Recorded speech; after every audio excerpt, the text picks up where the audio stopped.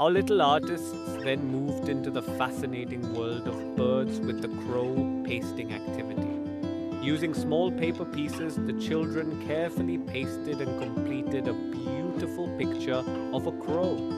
This activity enhanced fine motor skills, observation, and creativity while teaching love and respect for animals.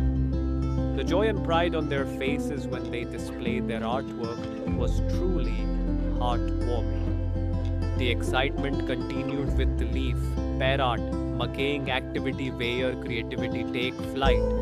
Children used real leaves, colorful papers, and glue to create adorable parrots. As they placed each leaf carefully, they not only developed patience and coordination, but also learned about parrots. This activity beautifully combined art, environment awareness, and imagination, helping children express themselves freely.